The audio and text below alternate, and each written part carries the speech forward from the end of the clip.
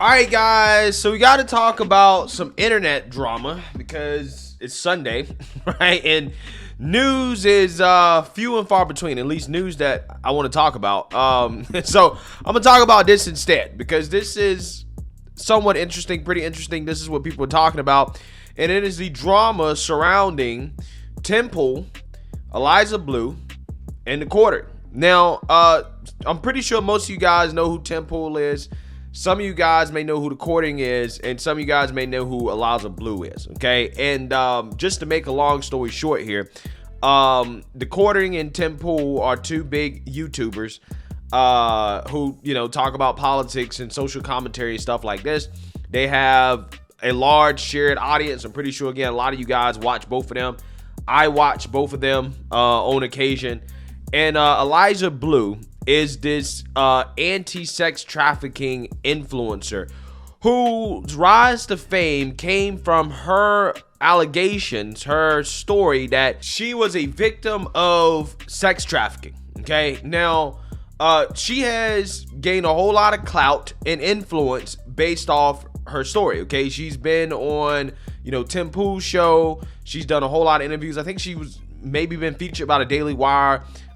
She became a prominent voice in the kind of conservative space because of her experience. I mean, she even got so much clout from her story that she basically became a go-to person for Elon Musk when he took over Twitter and his effort to fight sex trafficking on Twitter, right? Again, she claimed that she had like a direct line to Elon Musk when it comes to this topic of sex trafficking. So again, she's built a career out of being a victim of sex trafficking. However, she's being called out for her claims. And this kind of started when some people discovered and posted some spicy pictures of her on Twitter. Okay. Also, there was discovery of a music video that she did for World Star Hip Hop, in which she was basically, again, kind of showing off her body. Okay. It was very kind of sexual. Okay, and it seems like this person who's a alleged victim of sex trafficking has a history of doing content that seems to be very sexual or putting out sexual content. And Eliza Bleu moved to try to censor people on Twitter who were putting out these, you know, pictures of her, who was kind of exposing her for her past. I mean, she got the World Star hip hop video taken down. And then people started to really look more into her past, specifically into her claims about being a victim of sex trafficking, because it seems like with more and more information that comes out that she may have not actually been a victim of sex trafficking as much as she was somebody who willingly participated in creating sexual or adult content. I mean, there even is some evidence to suggest that, who knows, maybe she was an escort, you know, maybe she actually, you know, sold her body for money, okay, and got paid for it, but is claiming that she was trafficked, okay, for clout. That's what it seems like based off some reporting from the Daily Beast, some other things coming out that are kind of exposing her. And this is where it really starts to get sketch, okay, because she has talked about her past, right? She alleges that she was sex trafficked in LA by prominent figures in Hollywood, right? And athletes included, but she never names any names. She never goes into any real details about what happened. And people are calling into question the timeline of the things that she's saying and how/when they happen. And when she gets questioned on her story and asked to give details about her story, she seems to freak out.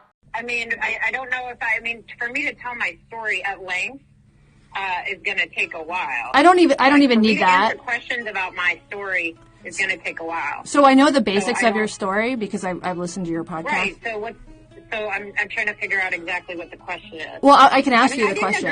I didn't agree to this. All I agreed to was answering a few questions about Twitter. Well, okay, sure. That's totally fine. But can I ask you the questions or email you the questions and you can decide if you want to answer or not? I mean, did you ask Amanda in advance to do that? No, I told her that I wanted to ask you about the Twitter stuff and about your own story. Okay, so deceived Amanda, didn't tell her everything you wanted to ask No, me, and then you got a survivor on the phone and started asking her about her personal trauma. No, that's not what happened. I said. Katie, I think we're probably going to be done here. Please, the next time you want to speak to a survivor about their trauma and bring up their own past. I literally asked her. I'm going to read you. I'm going to read you. I'll read you the message that I sent her. Please be honest in advance, because I won't. Because there are times when I feel cool about talking about it, and there's other times when I don't. I'll read you the message that I sent it to her. You're not listening to me. I was totally comfortable talking about Twitter. If you were going to ask me about my own traumatizing story, I would have appreciated a little bit of a heads up. And you know what? I think you're a cool person. I always have. And I know you're cool with Tim Dillon, and I would have appreciated a little bit more respect just off. You're not listening to me. Here's what I said to her. I said, I'm interested in the Twitter changes as well as her history as a survivor. That is what I told her. Okay, then I'm going to speak to her about that, because then she messed up and didn't tell me what's up. Okay, well, I apologize for blooping out on you. She should have told me that. I'm going to go get in her ass. So can I ask you the questions? I'm not cool with it. It's been a long few days, and honestly, I don't feel like rehashing my whole own trauma on the phone with somebody I don't know. Yeah, so you seen that, you heard that. There's also another clip in which she's discussing how she allegedly was sex trafficked on Twitter. And it doesn't sound like what she's describing is actually sex trafficking, but you guys be the judge. I was trafficked on Twitter as well. So there's been 3 profiles to my knowledge that my former abusers made to traffic me on Twitter. What does that mean that they trafficked you on Twitter? How can someone traffic you if they're not in contact with you? The way that my former abusers were doing it is that it was going back to my Instagram. The Twitter accounts were linking back to my Instagram, and they were trafficking me off Instagram, Backpage, sugar daddy websites. I mean, whatever type of internet trafficking is what was happening. I'll go into more detail. So it looks like a profile. In my particular case, the profiles look like profiles that would be me, but trying to entice business to sell me, bringing it back to my Instagram where they were doing business.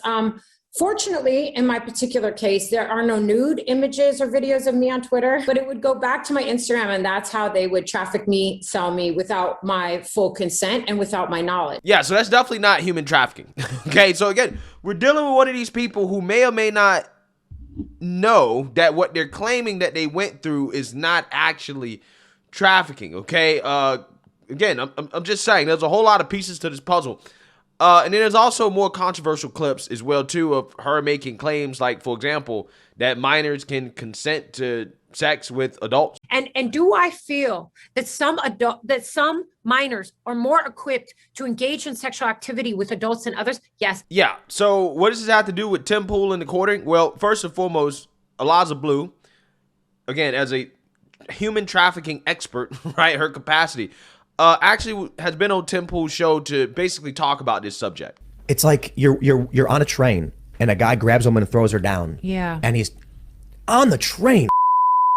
And there is people saying, like, if I intervene, not only will I get hurt, but I'll get arrested. I'm not doing it. That's crazy to me. Maybe I'm wrong. I've never seen a sexual, I don't, well, let me make sure I'm not, I don't think I've never been in that situation. So it's really difficult to know what you would do. I mean, does this gentleman have a knife? Does he have a gun? Like, is he what are we talking, This is why I'm an anarchist. Yeah, so similar to the Jack Murphy situation. If you guys don't know the Jack Murphy situation, let me explain the Jack Murphy situation really quickly.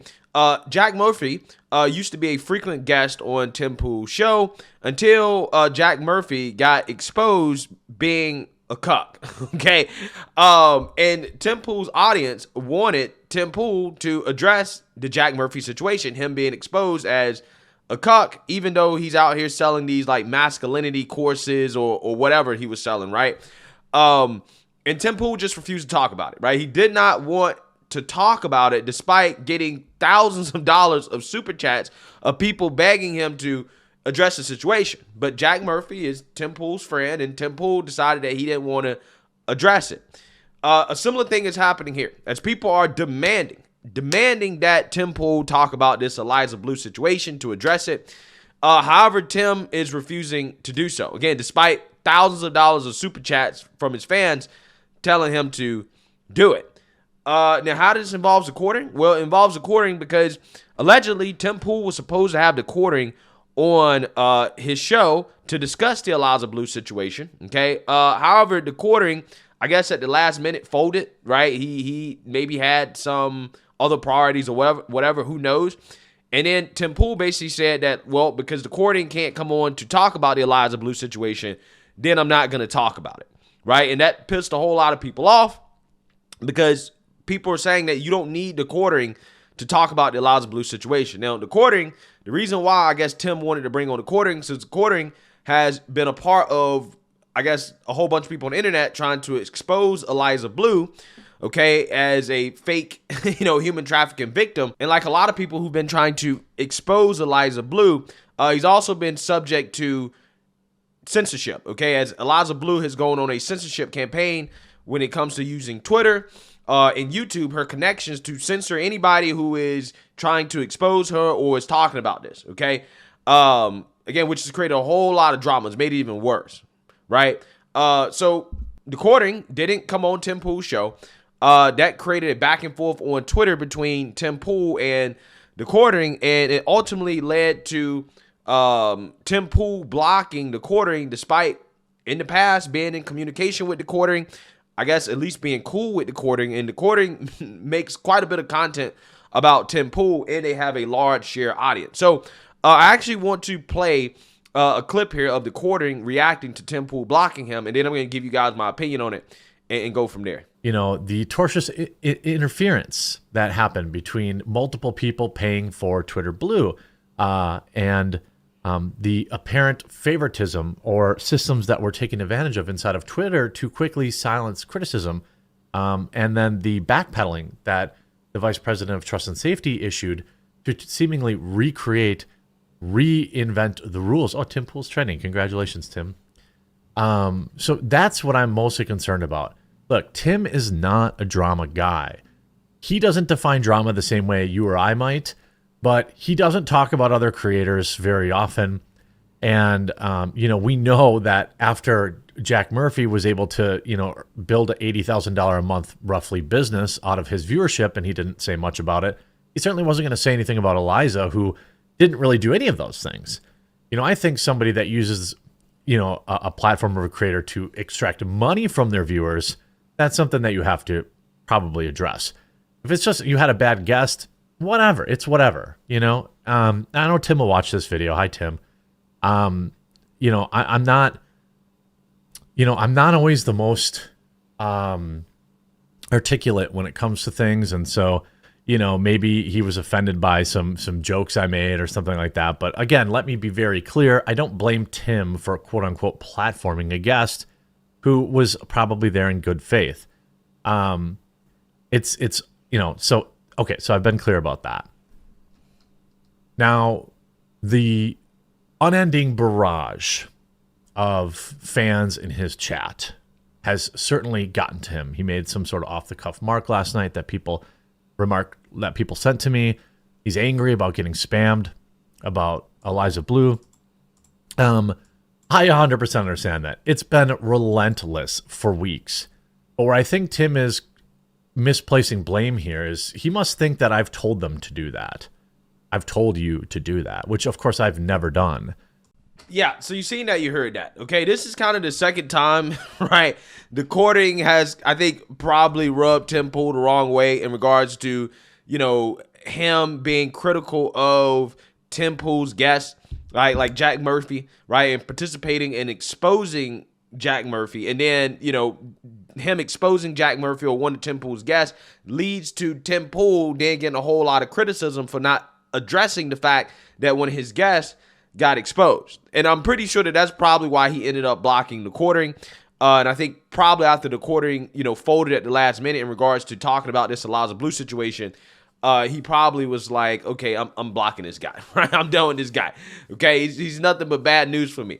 That's kind of how I think that Tim Pool feels. However, I think this is where Tim is missing, right? I think this is where he's wrong.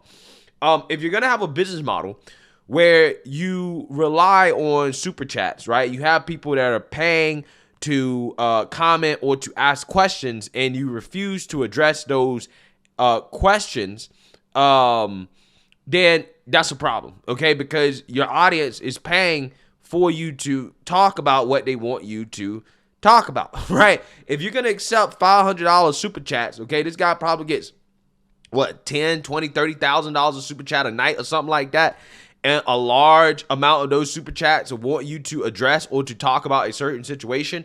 I feel like to do your audience right, to do right by your audience, you got to talk about it. You got to address it, or at the very least, come out and say, hey, I'm not going to talk about it. I'm not going to address it for X, Y, and Z reason. At least be transparent about why you're not talking about it. Now, I get it. You can't talk about everything, okay? There's stuff that people want me to talk about, but I can't talk about everything on my channel, right? There's only so many videos I can make a day. There's only so many topics that I can actually be knowledgeable about.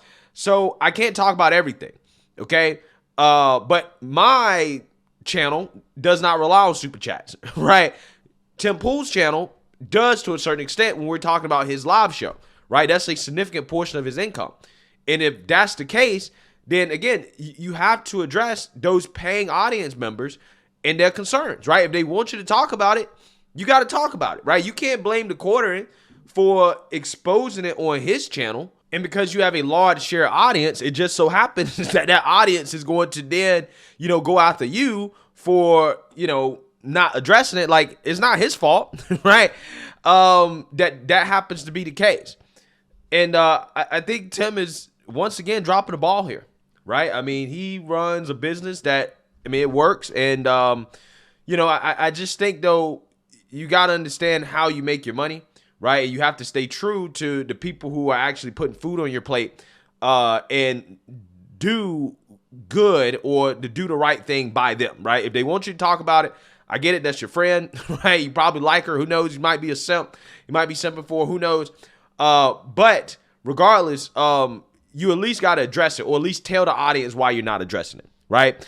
I think just some basic transparency here from Tim will really help him out, and it really help his case instead of being silent on this issue. But again, it's worked in the past, right? If you just don't talk about it, maybe it goes away. The news cycle moves on. And I think that's what Tim is hoping will happen, except this is not going away, right? This story is continuing to get bigger and bigger and bigger.